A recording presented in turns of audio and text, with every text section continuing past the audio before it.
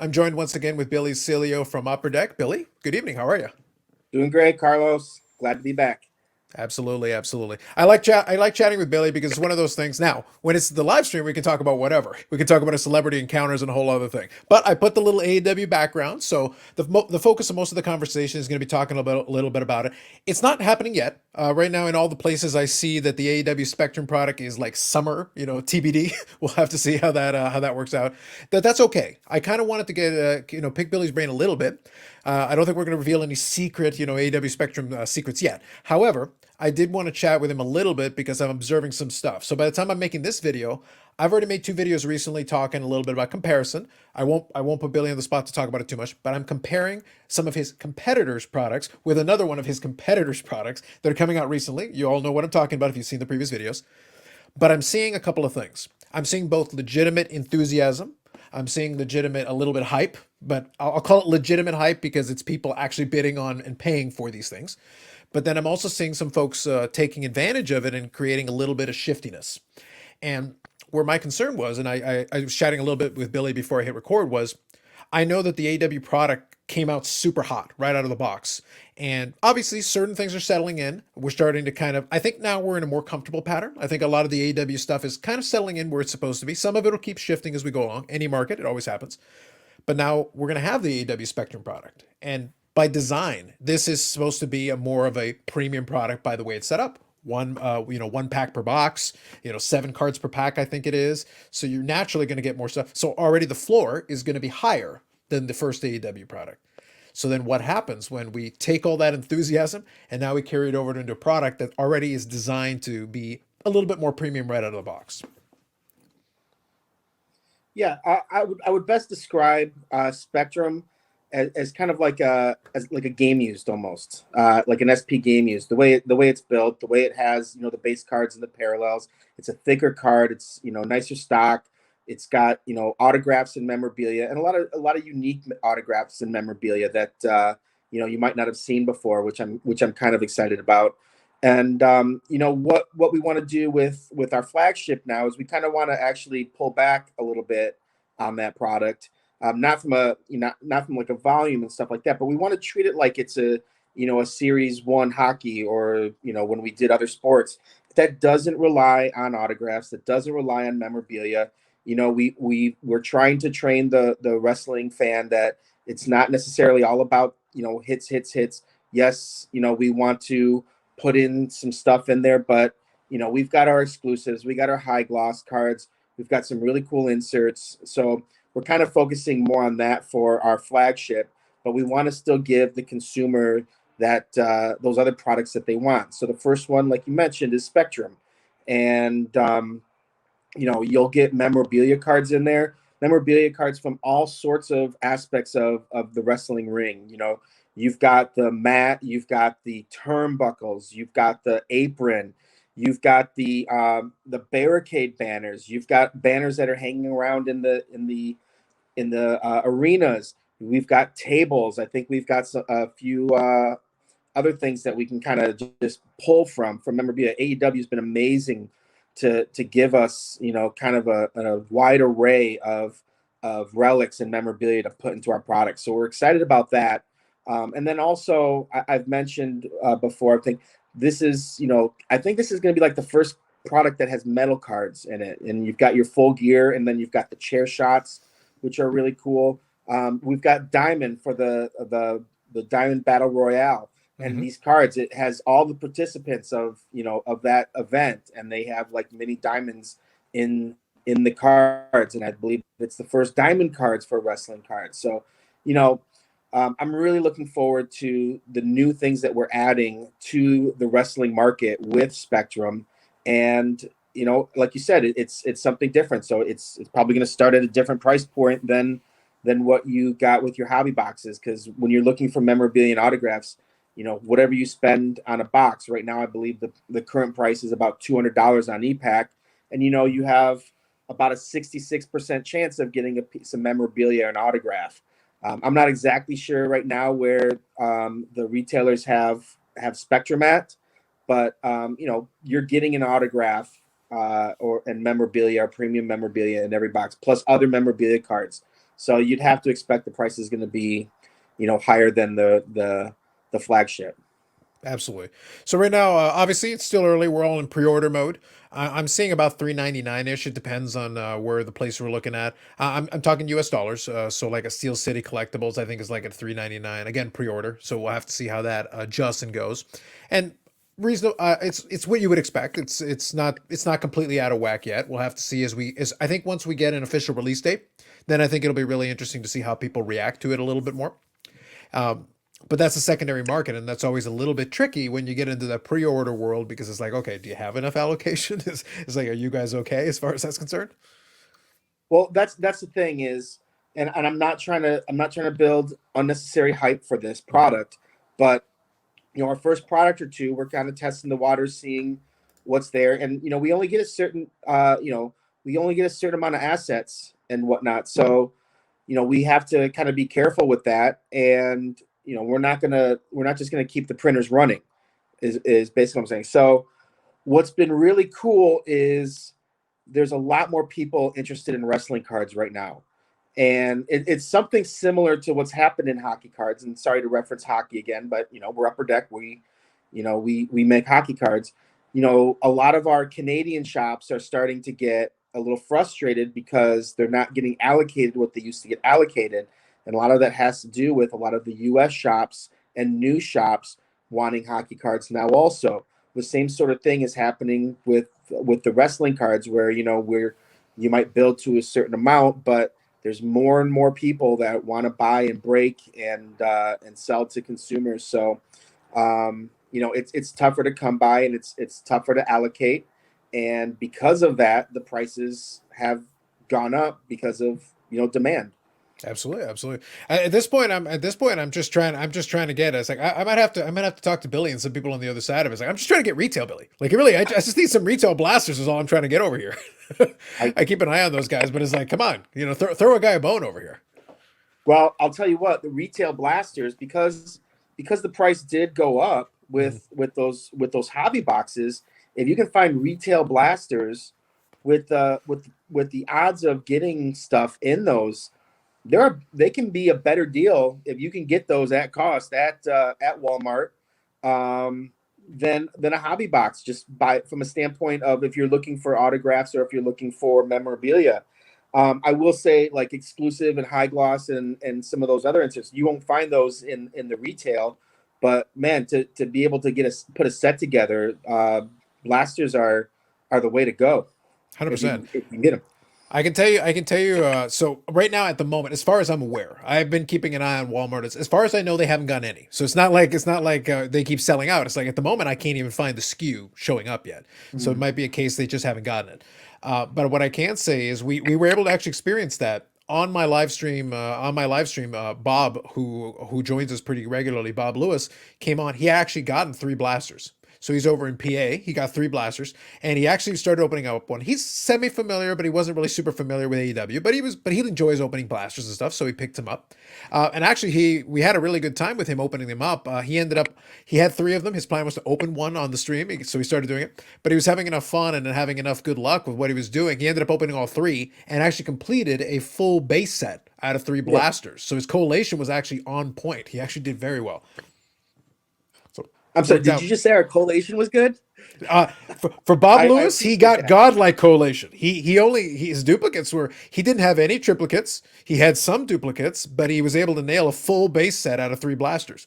I wouldn't expect that to be the norm, but like he nailed it on collation of those three. No, no. I am totally like on recording this and on Instagram. I'm gonna have Absolutely.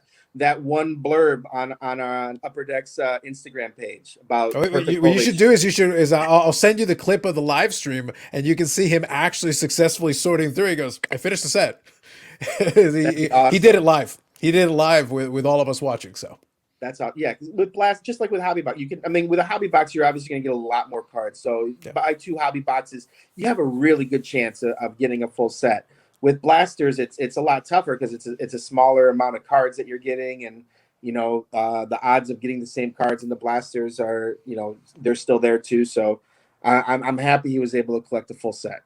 Yeah, and it turned out pretty well because we were able, since I'm familiar with all the characters, we were able to educate everybody, and yeah, we were able to. It's more interactive. We were able to do it with the chat, and everybody was able to kind of watch it. We were shocked, the kind of correlation he got, and I think he did very well on the inserts too. He beat the odds. I'm fairly confident on a lot of stuff, so he did extremely well, and that was a live testimonial. That's why I say like I need these damn blasters, Billy. Like you got to just nudge him over the border. Help me out here a little bit, you know. Well, I'll be in Michigan in about a month. Maybe I'll what was it, Kramer, when they go across the state borders with cans to get like cents on or with That's right. extra money with on Seinfeld. I'll see if I can make an extra trip across the border and find some blasters, or who knows, maybe at the expo There you go. in June we'll find something.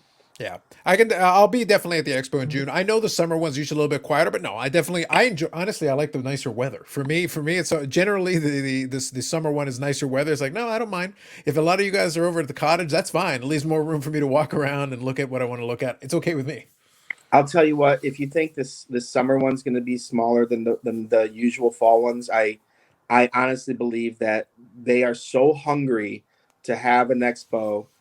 I mean, a full-fledged expo, because I know I know there was one. I know we weren't at the last Mhm. expo, but I just think that that this expo, if it's fully open, I know they cut back a few restrictions to fly to Canada, so I'm Mhm. happy about that. Yep. I think it's just going to be one of the biggest ones that they've had. I'm It's so looking forward to it. Yeah, I think it's going to be. I'm in that boat as well. But I think what's going to be interesting is I will say that for us that were there, restrictions notwithstanding, I genuinely think like we actually did very well through the turnstiles. Like it actually was very close to some of the. Now we got to go back, pre-boom and everything, but it was right up there with because it was spaced out differently in the way it was configured. Now, obviously, you didn't have as many people crossing the border, but you did have people who did cross the border, and we were there and we hung out and enjoyed the company and everything. So I agree with you. The restriction change will help out to a certain degree. It will be mitigated a little bit with the folks that did go in. It's usually the locals who get a little bit more cottage country right during the summer. That's Yeah. why usually traditionally the summer one would be a little quieter, only because some folks will take advantage of summertime and it's not just tied to the hockey season, and that's usually what makes it a little trick. And this year we did bump it forward. Normally it's a little bit into May, and I think this time it's going to be in June. So it's a Yep. little bit further along in the season. So we'll see. It's going to be a couple of dynamics. We'll see. I think though, those of us who'll be there, I think we'll have a good time. I think it'll be fun either way. So you're saying the line at Horton's gonna be smaller, so we At least can five. I'm willing to say at least 5% smaller. so I think at least 5%. I can sleep in a little longer then, and yes.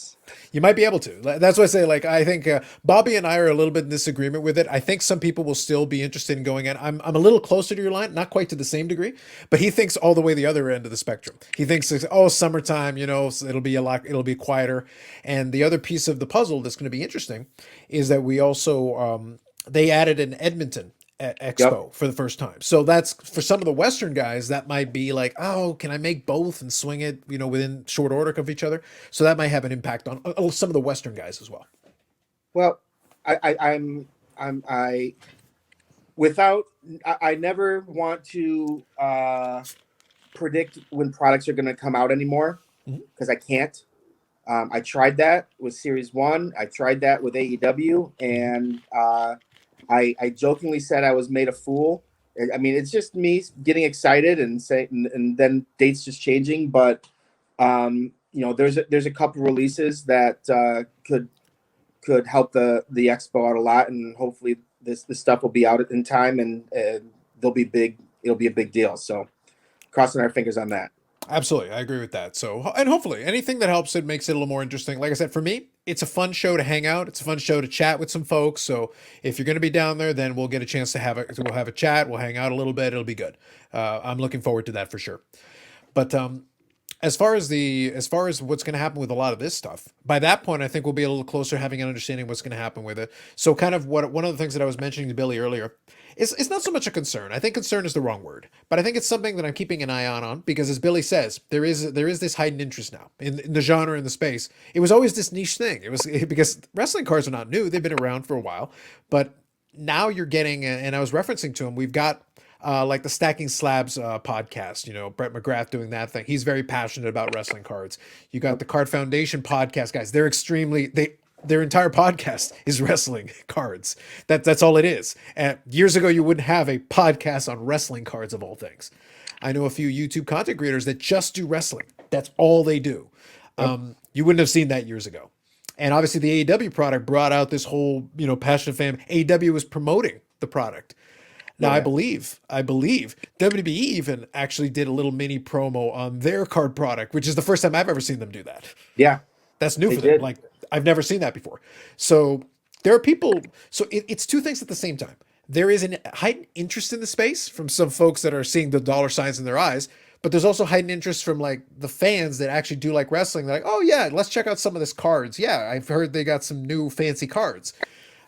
So they're all kind of converging together, but it is creating. And I was referencing to Billy earlier, and I did those videos, and I said, okay, look, there's also an education piece. And my only concern is that there's a lot of folks who don't know what they're getting into. And it's kind of what we touched on the last time we did one of these was that the first AEW product came out.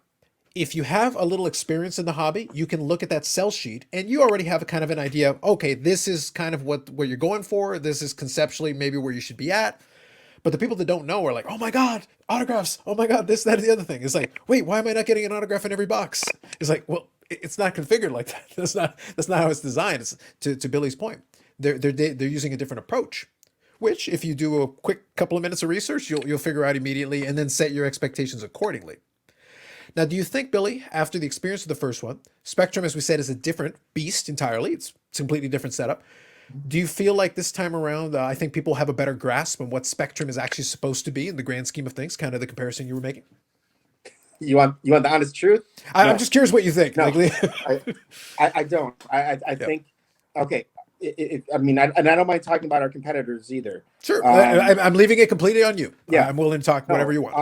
It's very interesting because as soon as everyone was like, oh well, Panini got the license, and just Mhm, like, oh, just wait for the Prism prices, mhm, and UFC was a great comparison, and so they like they didn't even have to do really any work for it. They just mhm, said, well, if everyone thinks it's going to be like UFC, then we'll just make it like UFC, and that's kind of where the first off the line and all that other stuff, the prices were very similar to what UFC was, and so then people are trying to get the same kind of prices they were getting for the cards and the boxes when that came out.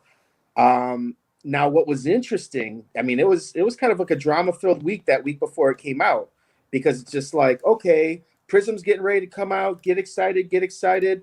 The first Panini product, and what happens? Fanatics comes in and says, oh, by the way, in 3 years we're gonna have the license now, and then all mhm. of a sudden, you people are like, oh, the prices of Prism's gonna go down because people aren't gonna care about Prism because blah blah blah, and that might have lasted a day or two. Yes. Um, and you might have gotten an extra $100 off or $150 off because the prices did drop a little bit, maybe to like Mm, 800 or 850 or something like that. And then the checklist came out, and mhm. I will say, as a wrestling card collector, I thought they did a good job with the checklist. I mean, everyone was just waiting to see if they got the Rock. They didn't get the Rock. He's in the set, okay. But I think they did a good job with the legends. I think they did a good job with the active wrestlers. There's a lot of NXT and UK. Some people might like that. Some people might not. I know Panini does have a nice presence overseas also, so that's probably very beneficial for them to have all the UK wrestlers in there also. Mhm.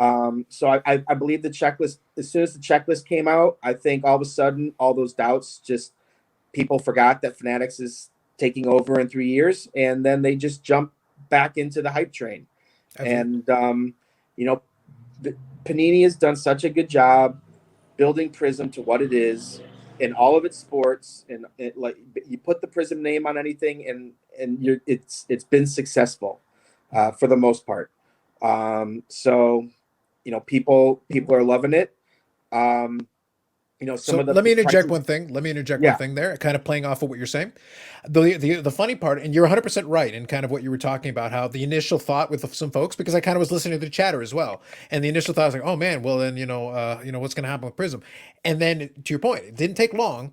I started hearing the very same chatter. It's like, but wait a minute, that means there's only going to be a couple of years of Prism. So it's going to be kind of a short window of time. So all of a sudden, the logic kind of turned 180 degrees. And they're like, wait, that means we don't have enough time to get bored of it. Oh, wait, that might actually prop it up. It's like, wait, you guys were kind of dismissive of Topps Finest and Topps Chrome 3 seconds ago. And now all of a sudden it's like, oh, Topps is going to be back. It's very interesting how quickly the narrative changed. Yeah, and there's no guarantee on how. I mean, everyone is still trying to figure out. Even if when Topps comes back, is it going to come back as normal distribution? Is it going to come back? However, the Dutch auctions and all that sort of stuff. So there's still a whole bunch of questions on when Topps does get it back. How is it coming back? But how that relates to Spectrum, I think that when Spectrum comes out, I think there's still going to be some sort of. I mean, Prism will do what Prism's going to do. I believe they might even have another set out before we get Spectrum out. Is Donruss coming out next? Is that what I remember hearing? Or I'm not sure. I've started to look into it a little bit. Once the whole thing happened with Fanatics, the Prism thing, that became kind of the fixation, the focus. I was trying to like get my head around it a little bit, Yeah. but now I'm still going to keep observing it because right now it's a fascinating experiment. Yep.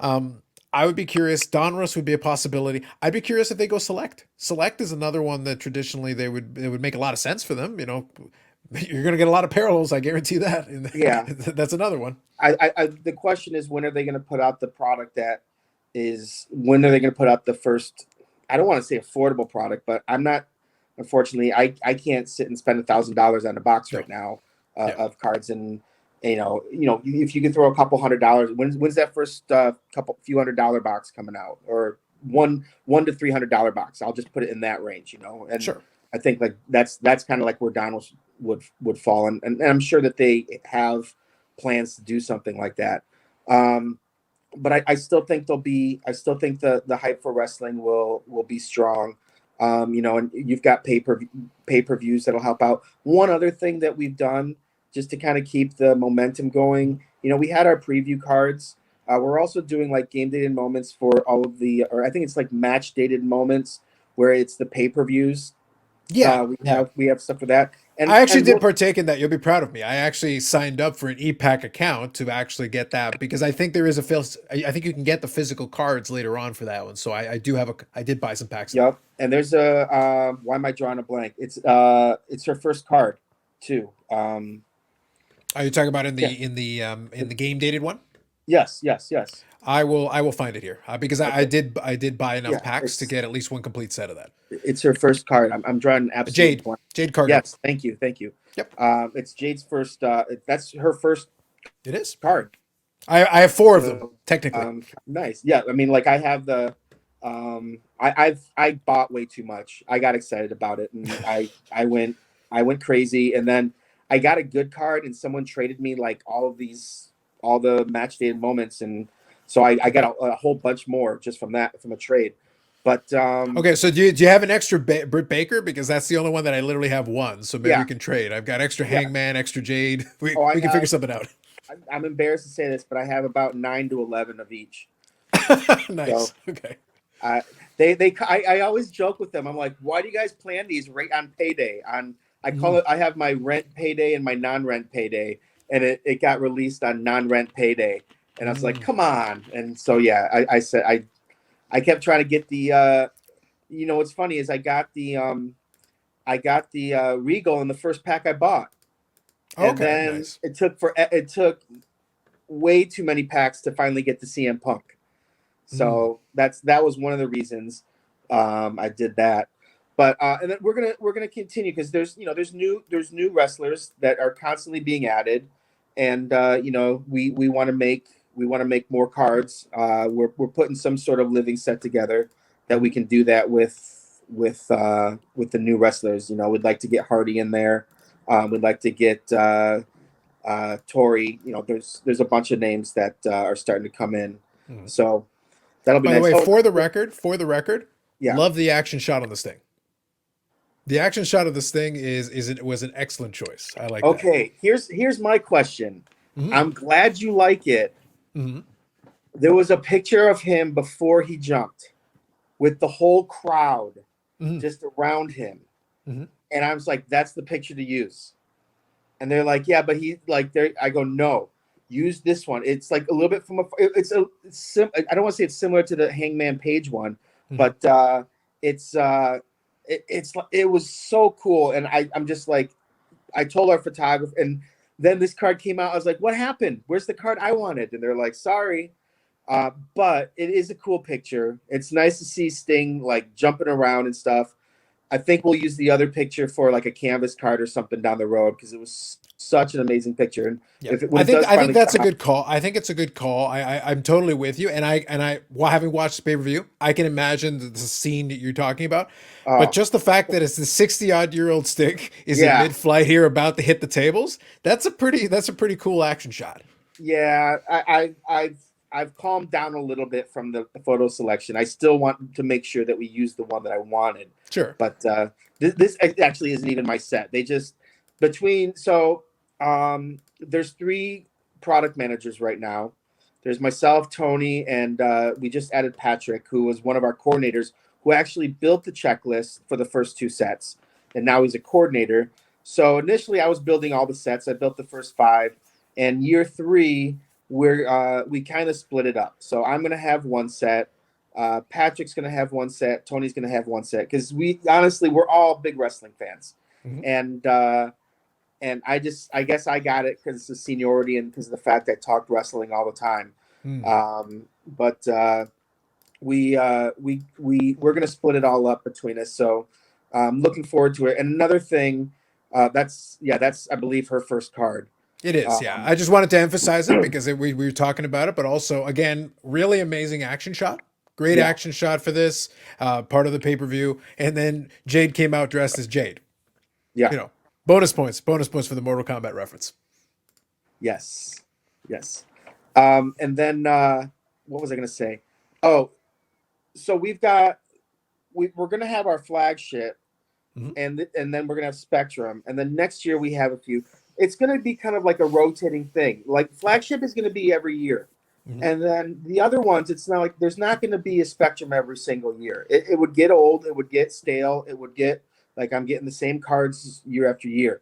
We have so many just iconic sets with Upper Deck that we're gonna kind of like spread the wealth to all of them for AEW. So, you might not see Spectrum for another couple years. I think it's something that we're going to rotate in there. But like I said, it's just, maybe something that we don't do every. It's not like the Cup where they're asking for, a rookie auto patch every single year Hmm. for these wrestlers.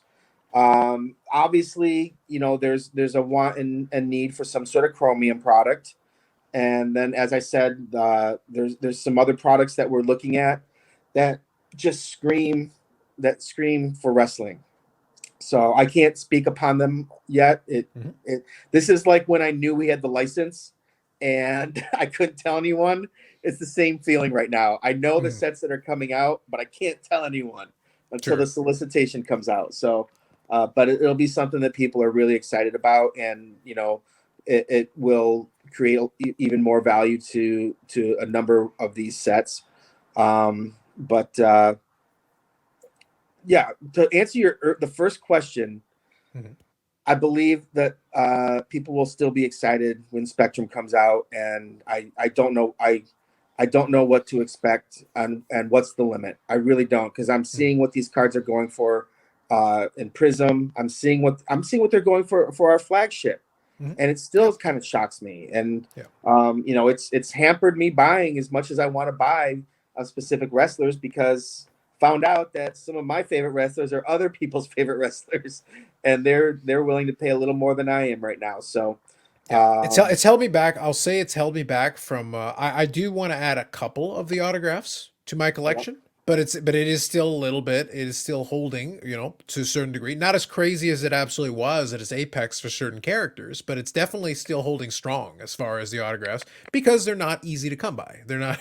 They're not. A dime a dozen. Every box has one. It's not like that. Well, I think they're easier to come by on EPAC right now because every Mhm. time I buy them, I don't get an autograph, but I keep seeing posts of everybody else getting autographs. So I was gonna say. I'm I'm helping everybody's odds I buy my own product. I enjoy it, and so yeah, they don't give us discounts, unfortunately, but yeah, it's definitely the autographs. I thought like, oh, this is kind of just high and it'll come back down like stuff always does, and a lot of the stuff has still stayed pretty strong and pretty consistent um, from when it came out. I mean, there's not like $2,000 or $3,000 Kenny Omega cards out there like there were that first week or so, but Yeah. they're still in the the hundreds easily. Yeah. And as I said, you don't see that as often. Uh, you didn't see that as often in wrestling cards before AEW came out, and obviously you're seeing those prices with Prism also. Absolutely.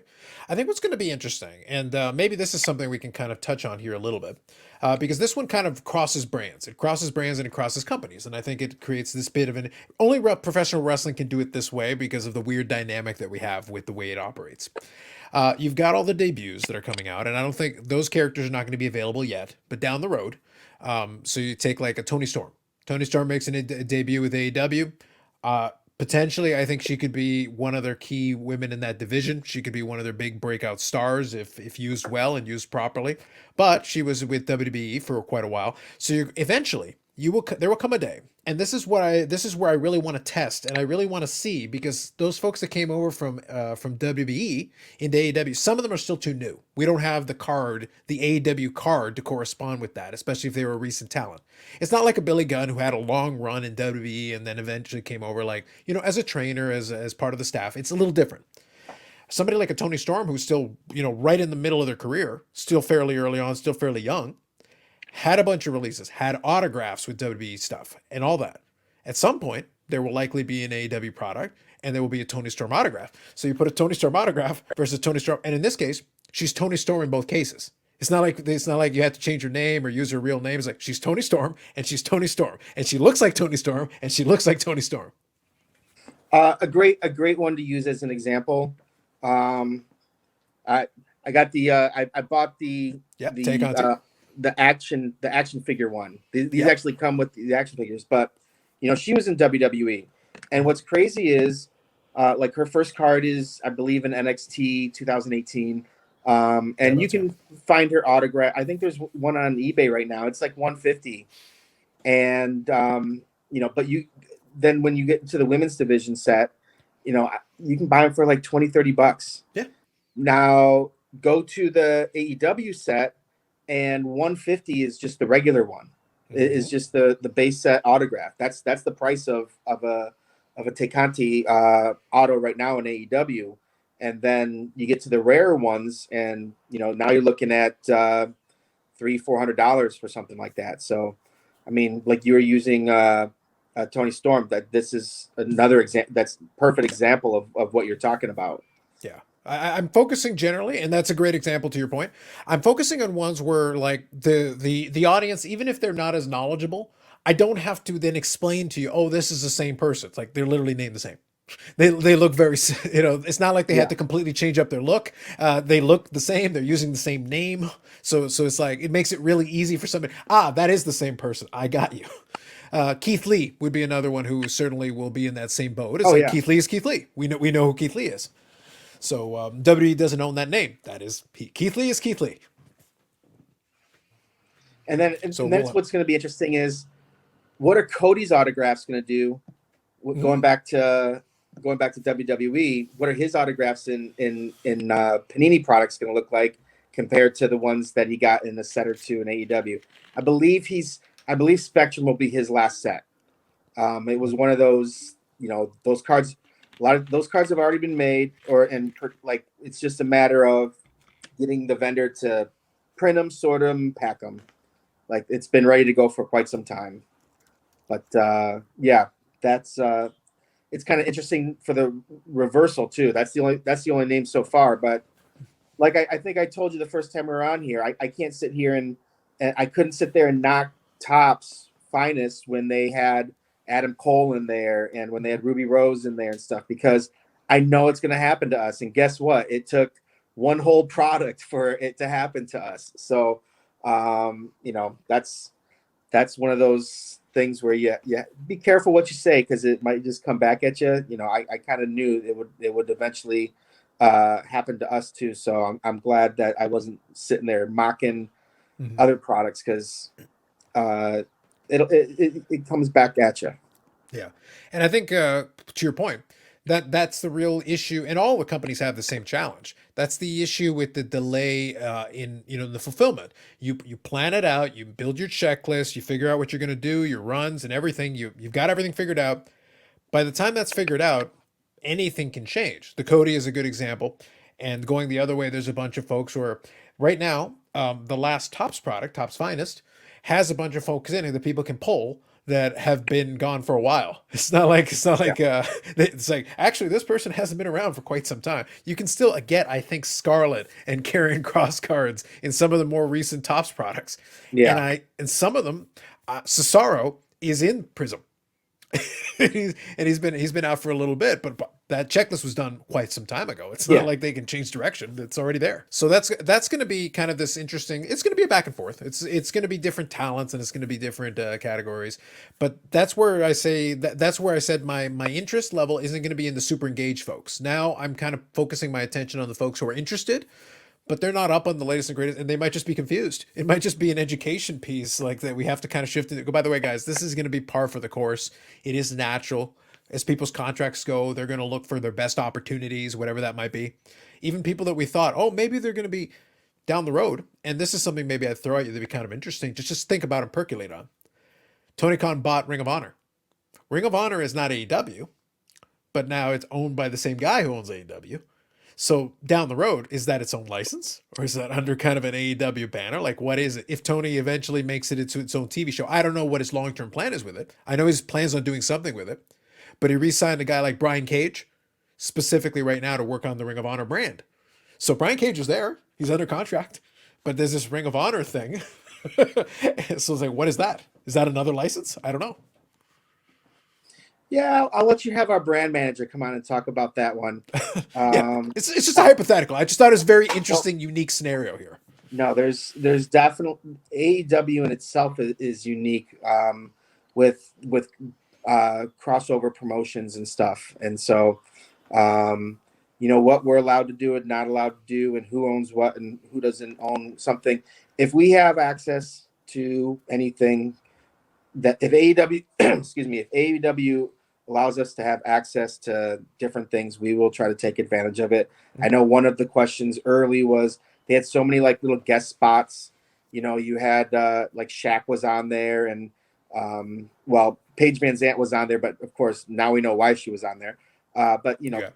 names like that were popping up, and I wanted to do an insert of just the people that pop up. Like it's one of those things. Like, is this one of those things? Like if they drop the ceremonial first puck, we can use them on a card, or if they throw out the first pitch, can we use them on a card? Like if they show up at the show, do you have their rights to put them on a card?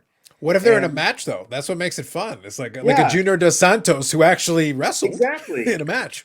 But I think you have to get their rights and For everything sure. with the people, and some of those people we actually did have rights for, or might still have rights for. I don't know. Like we've done deals with Paige Van Zant and Shaq and some of those other people. We might have even done Dos Santos and Goodwin one year. I can't remember. Right. Actually, no, I don't think we did.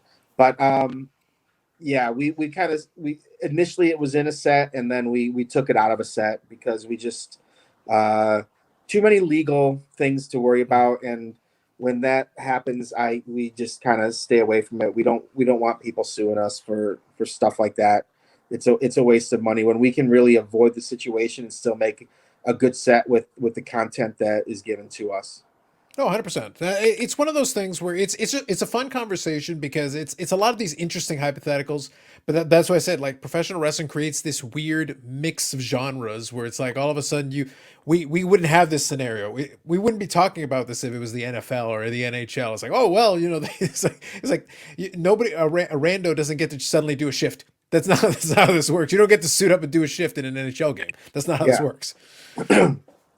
Yeah. Unless you're a third string goalie or something and you're playing against Toronto. No, that's a different thing entirely. Then at that point, anybody can do that. But that's the thing is that in this scenario, in this world, it can happen. You can have somebody pop in and suddenly do and participate because it's entertainment. It's a participatory thing. That's why I said Junior Dos Santos wrestled a wrestling match. Is that you can't even argue for the night he was a wrestler. Whatever he is the rest of the time, for one night he was a wrestler. Yep. So it's kind of an interesting take on it. And Paige Van Zandt will be an interesting one because now she seems to be transitioning into a full-fledged on-screen character. We'll likely see some matches with her at some point now as she gets some training under her belt, but she's on TV now. She's a character with them one way or the other.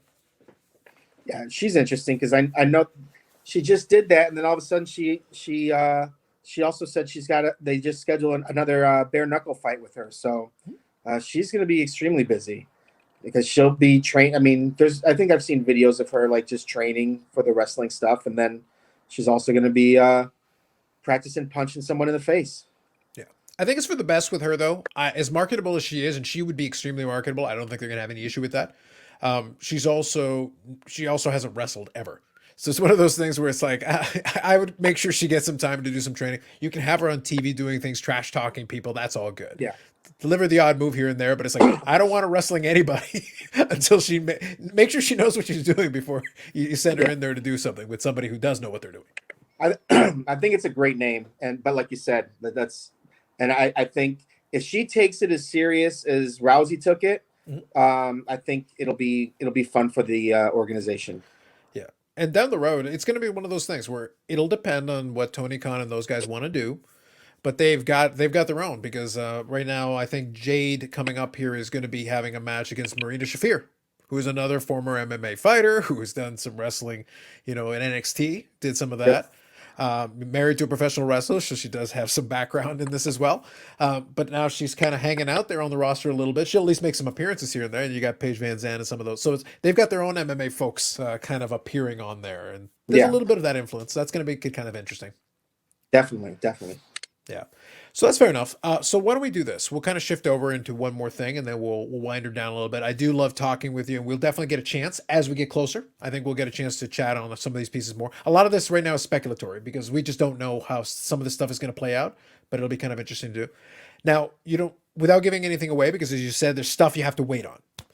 But do you feel like it's going to be, I'm leaving this one kind of open-ended, but do you feel like it's, in a certain way, it's a very exciting time to be a wrestling fan who collects cards. It is. But it's also, for folks who are less familiar, it is also kind of a scary time. It's a bit of a confusing time because there's a lot of moving parts and a lot of things in it. What would you, it's not even so much advice, but what would you say to somebody who's new to this? It's like, hey, you got the two companies. That's one thing to figure out. But then you got all these brands and things, and you're trying to figure out, because you've got no context, no anchor point. So you're just trying to kind of figure this thing out. What would you say to somebody who's kind of new to it, who hasn't been around for it before? It depends on what they want to do with this. If they want to collect wrestling cards, or if they want to do like quick flips and stuff.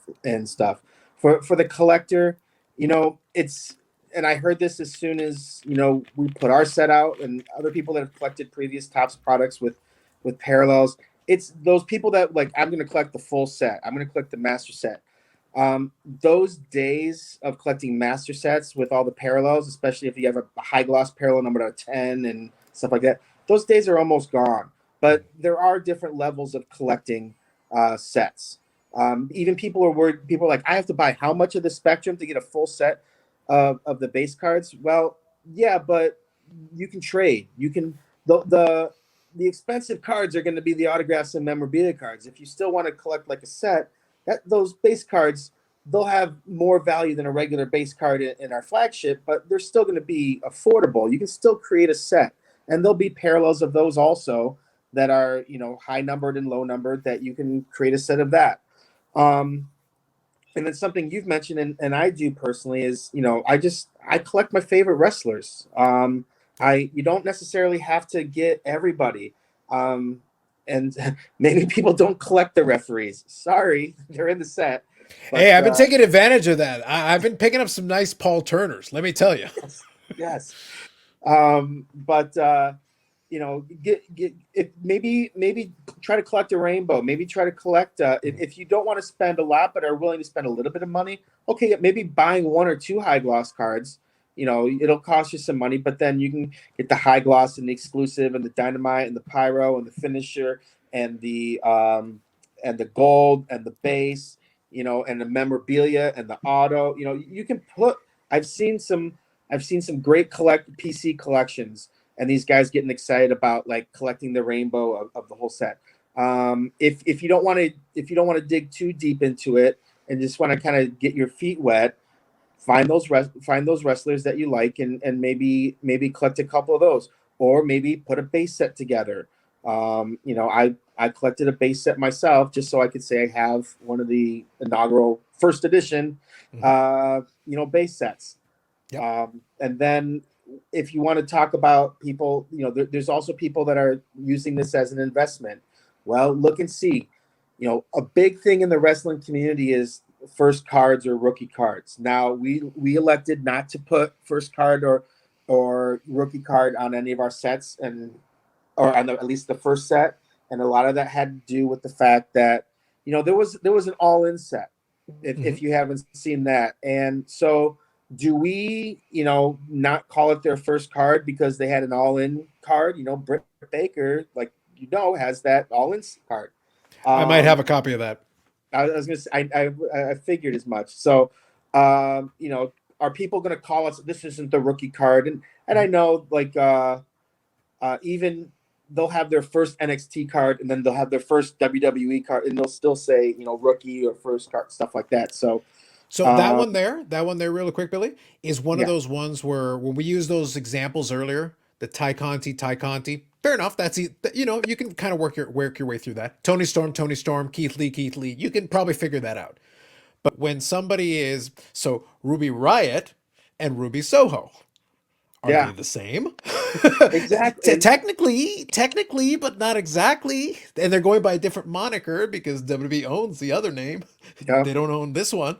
So that makes it, that's the murkiness of the wrestling world. That's why I'm speaking to the newer person. Don't get too confused. Don't get overwhelmed. It's not cut and dry sometimes. It's a little trickier. Yeah. So you might have to do your research, but, and then they're like, try to figure out okay, if you want to, I don't want to say rip and flip, but if you want to invest in stuff, just do your research on what are cards selling for, what they continue to what seem to be the hot cards. There might be cards that are rare that don't sell for as much as opposed to ones that aren't as rare and sell for more. It's kind of interesting. As I mentioned to you before the show, the finisher parallel is the rarest non-numbered card in the set. But a lot of people like the Dynamite parallel because it's shiny, it's colorful, it glitters, and they don't realize that the finisher card's actually the rarer of the two. And so if you're looking to invest, do you want to invest in the Dynamites, which people seem to really like, or do you want to invest in the rare one? And that's just, you got to kind of track that sort of stuff. But I'm not going to, I don't always feel comfortable telling people what to invest in and not invest in, because I don't want it coming back at me and saying, Billy from UpperDeck said, buy these or don't buy these. I usually try to just give information, and you can kind of create your own opinion on that. No, I agree with that 100%. From an investment standpoint, just kind of do your homework. Don't just jump on the bandwagon of what everybody else is doing. Although sometimes what everybody else is doing, that's the hot thing. So maybe jump on that. I don't know. So now you can follow Billy's advice, guys. Paul Turner referee card. I'm just telling you. I'm warning y'all. Paul Turner referee card. That's all I'm saying to you. I think that's a first card. We should have put first card on there. There you go. It's true. But that was one of those things. It's very it creates this fun little piece of energy. I've always tried to come at it from the standpoint of this is supposed to be fun. I am more well versed than some folk because I've been around the block on this a while. But it's like I'm collecting this stuff because for me it's fun. I'm getting a kick out of it. It's kind of hilarious in its own way. And it allows me to use my experience in the sports card world because the principles haven't changed. Now, we're in entertainment now. I can't keep people's stats. I can't look up advanced analytics. That isn't going to work. But you can figure out when a character's working and when it's not working. And, You know, the Wardlow was an example of a character where it's like you could see if you understood the way wrestling works. It's like they identified that that guy's could be a star down the road. Now it's starting to bear fruit. We're starting to see it slowly creeping in, and now we're getting closer every day to that. So if you prepared yourself accordingly, I was about then to say, it's are you patting yourself on the back right now? you damn right I am. You damn right I am. You know what's funny is you called it a while ago, and I think you even publicly called it. So Yeah, if they didn't absolutely. listen to you, too bad. To me, it was as plain as day because you know you can see the path.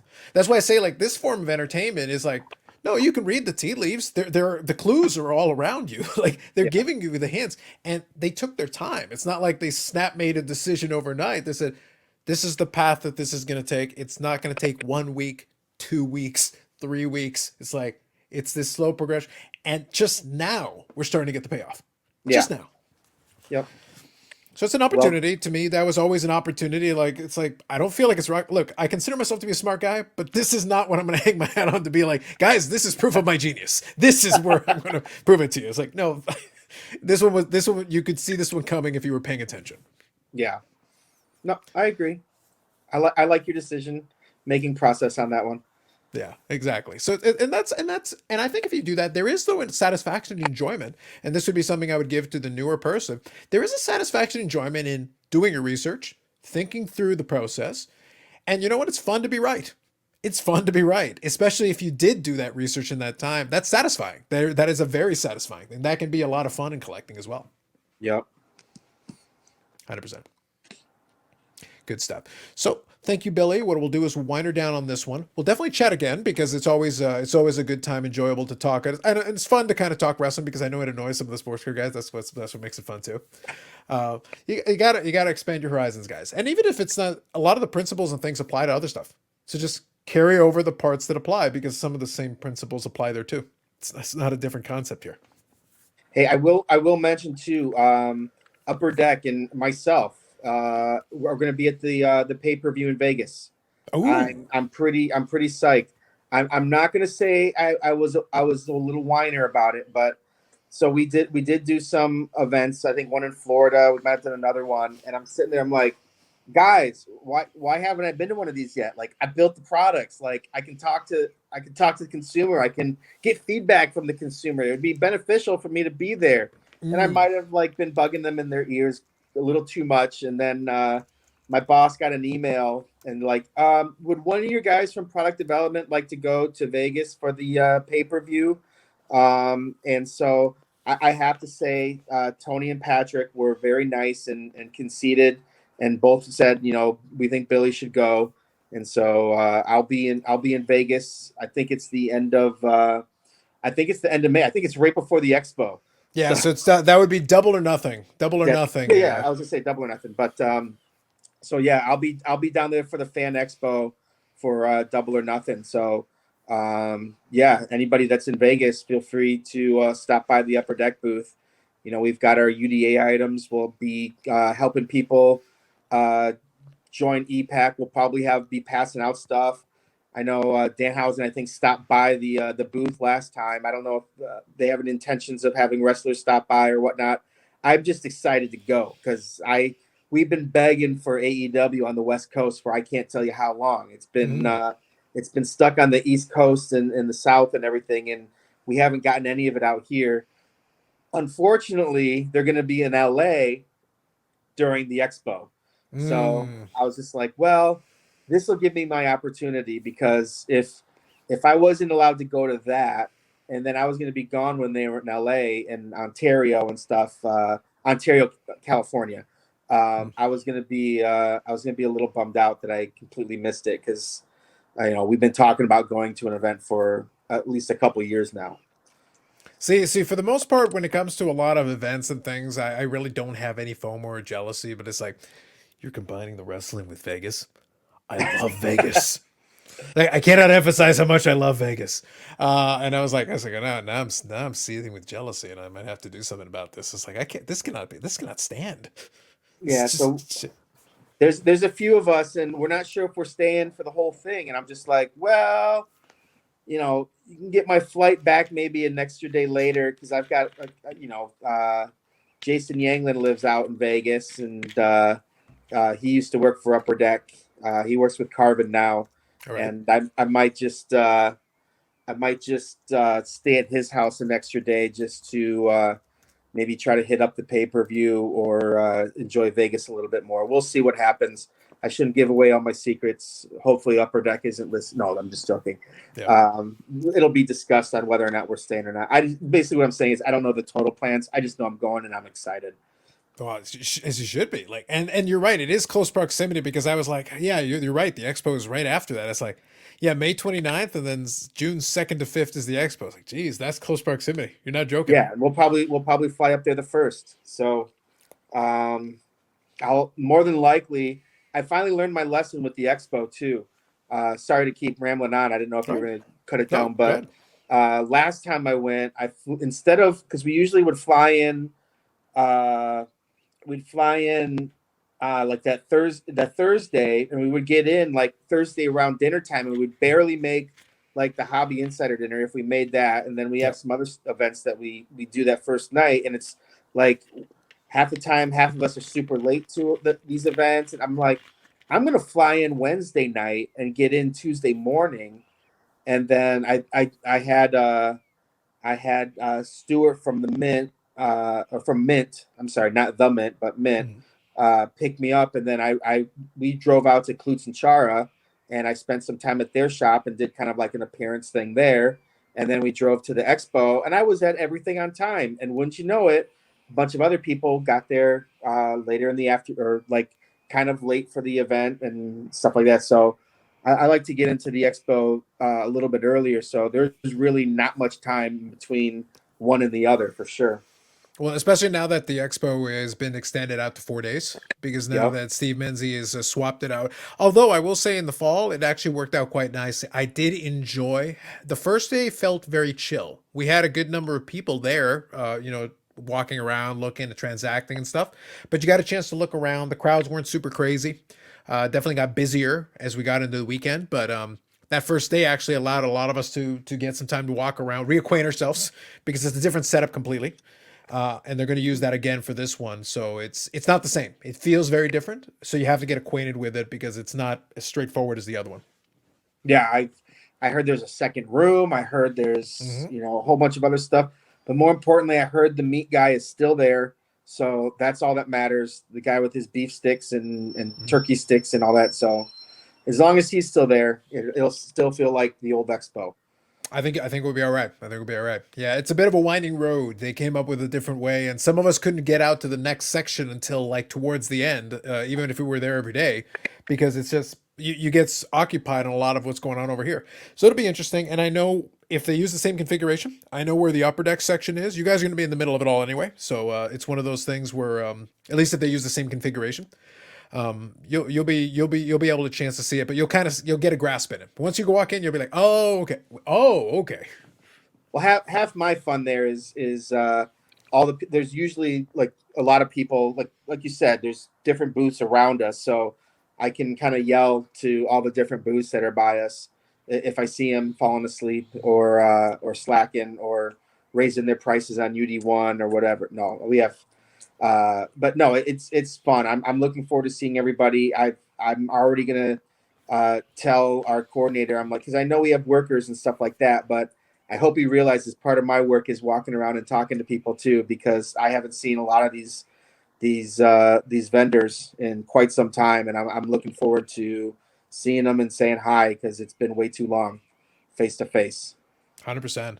So we'll definitely get a chance to at least chat. If not online, then offline for sure. As we get into it, and again, I'm insanely jealous. The Vegas thing is like, but you're right. That turnaround time is going to be nuts. That's that's very interesting.